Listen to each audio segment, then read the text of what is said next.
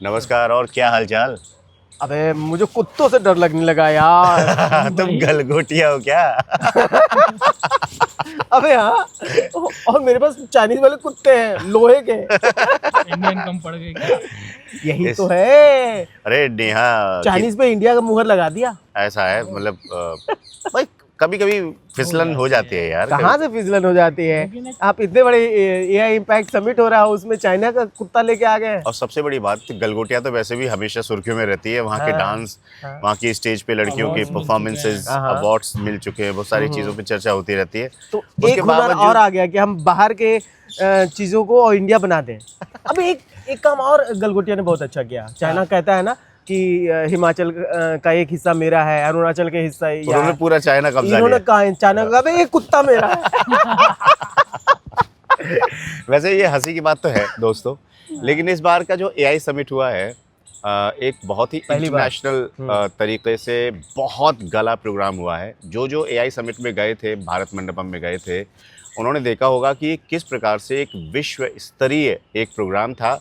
और देखो, जब इस तरह की बहुत बड़ी पहलें होती हैं तो छोटी मोटी घटनाएं भी सुर्खियां बन जाती हैं। और ख़ासकर ऐसी स्थिति में जब मोदी जी बार बार या भारत सरकार बार बार देश में टेक्नोलॉजी को अडॉप्ट करने के लिए और विश्व में भारत की पहचान को और मजबूत बनाने के लिए जब इस तरह के कदम उठाती हैं तो इस तरह की घटनाएं बड़ी हो जाती हैं। बिल्कुल। उस परिप्रेक्ष्य में देखा जाए, ये बात थी एक जैसे कहें कि उनका एक स्टॉल लगा हुआ था गलगोटिया का, एक प्राइवेट यूनिवर्सिटी है और वो एक प्राइवेट यूपी की। यूनिवर्सिटी है और उसकी एक एम्प्लॉय है जिसने गलती से बोल दिया है। लेकिन ये मुद्दा ऐसा बन गया कि जो एआई समिट है उसमें दूसरों के एआई के मॉडल्स को, दूसरों की एआई के काम को या रोबोट्स को अपना बनाया जा रहा है। भारत की छवि को ऐसे प्रस्तुत करने की कोशिश की गई, हाँ। जो कि निश्चित तौर पे किसी एक व्यक्ति की सिर्फ एक छोटे से सेंटेंस से पूरे एआई समिट को तो हम बिल्कुल भी नहीं कर सकते। और हम आपको बताएं कि एआई समिट जो है किसी विकासशील देश में पहली बार हुआ है और भारत में पहली बार हुआ है और अपने आप का ये सबसे बड़ा एआई इवेंट था। और इसमें छोटी मोटी जो घटनाएं हैं उसके बारे में भी हम आपको चर्चा करेंगे, लेकिन पूरे विश्व पटल पर भारत की एक अलग छवि बनी है।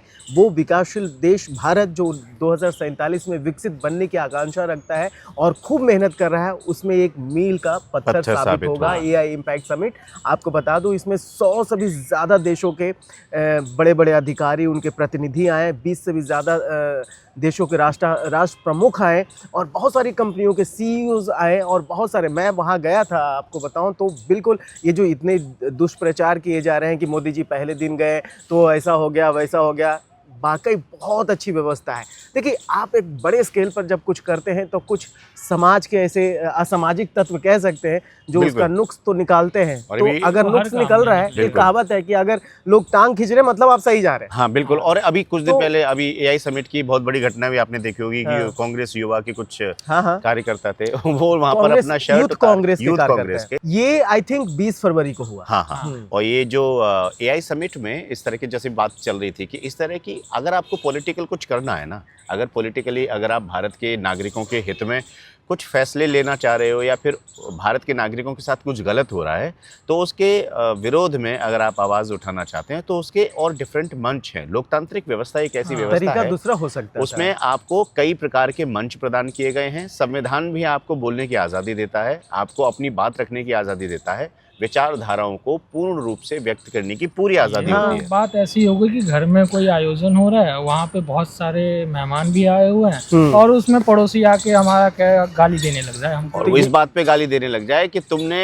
इतना अच्छा आयोजन कैसे कर लिया, हमारे घर के बाहर 4-5 महीने पहले पानी कैसे डाल दिया था। बिल्कुल। तो मतलब ये बात तो आप घर के पड़ोसी है तो आपस में बात करेंगे ना, उसके मेहमान के सामने आके मेहमानों से तो नहीं लड़ा जाएगा।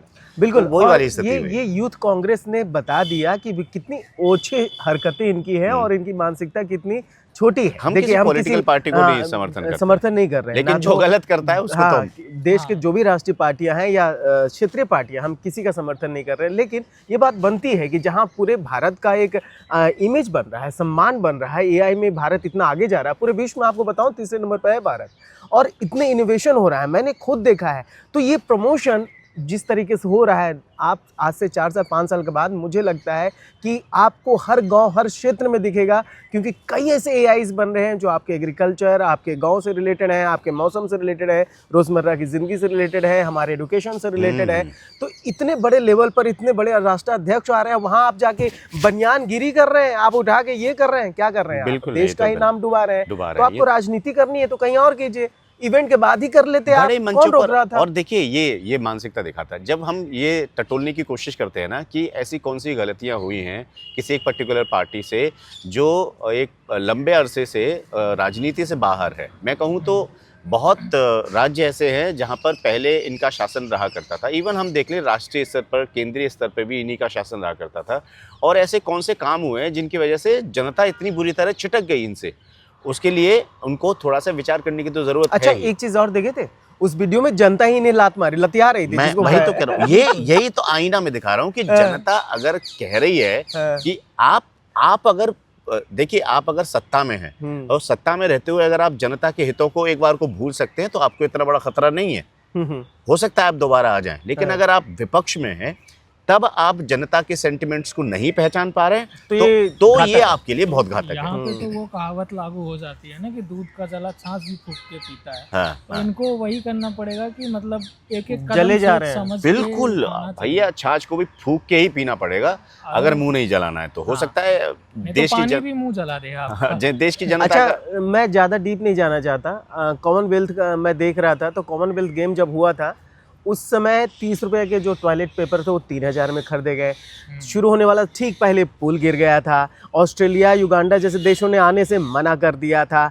आपकी हालत ऐसी हो गई थी कि उसे पोस्टपोन करना पड़ सकता था। तो जब आप इतने बड़े इवेंट कर रहे थे, आपने फजीहत करा दी, तो क्या आपको लग रहा था कि इसकी भी फजीहत होनी चाहिए? नहीं फजीहत। और देखिए सबसे बड़ी बात ये है, देश आप राजनीतिक पार्टियों के अपने अपने हित हो सकते हैं, राजनीतिक पार्टियों की अपनी अपनी विचारधारा जरूर हो सकती है, लेकिन कोई भी विचारधारा, कोई भी आपकी विचारधारा हो, चाहे आपके कोई भी सवाल हो, कोई भी आपके विरोध हो, आपके कोई भी विरोध देश की जनता के हित के ना तो ऊपर जा सकते हैं ना उस परिधि से बाहर जा सकते हैं। आप अगर देश की बेइज्जती की बात करेंगे, जनता आपको किसी भी कीमत पर स्वीकार नहीं करेगी। आप चाहें एक ऐसी पार्टी जिसने जनता का दिल दुखा रखा है। मैं एग्जाम्पल के तौर पे बता रहा हूँ, कोई ऐसा राज्य जहाँ पर उसका जो मुखिया है वो परेशान कर रहा है और जनता पूरी तरीके से त्रस्त हो गई है, ऐसी स्थिति में भी आकर आप उस पार्टी का विरोध ना करते हुए उस देश की जनता के बारे में कुछ गलत बोलें, उस देश की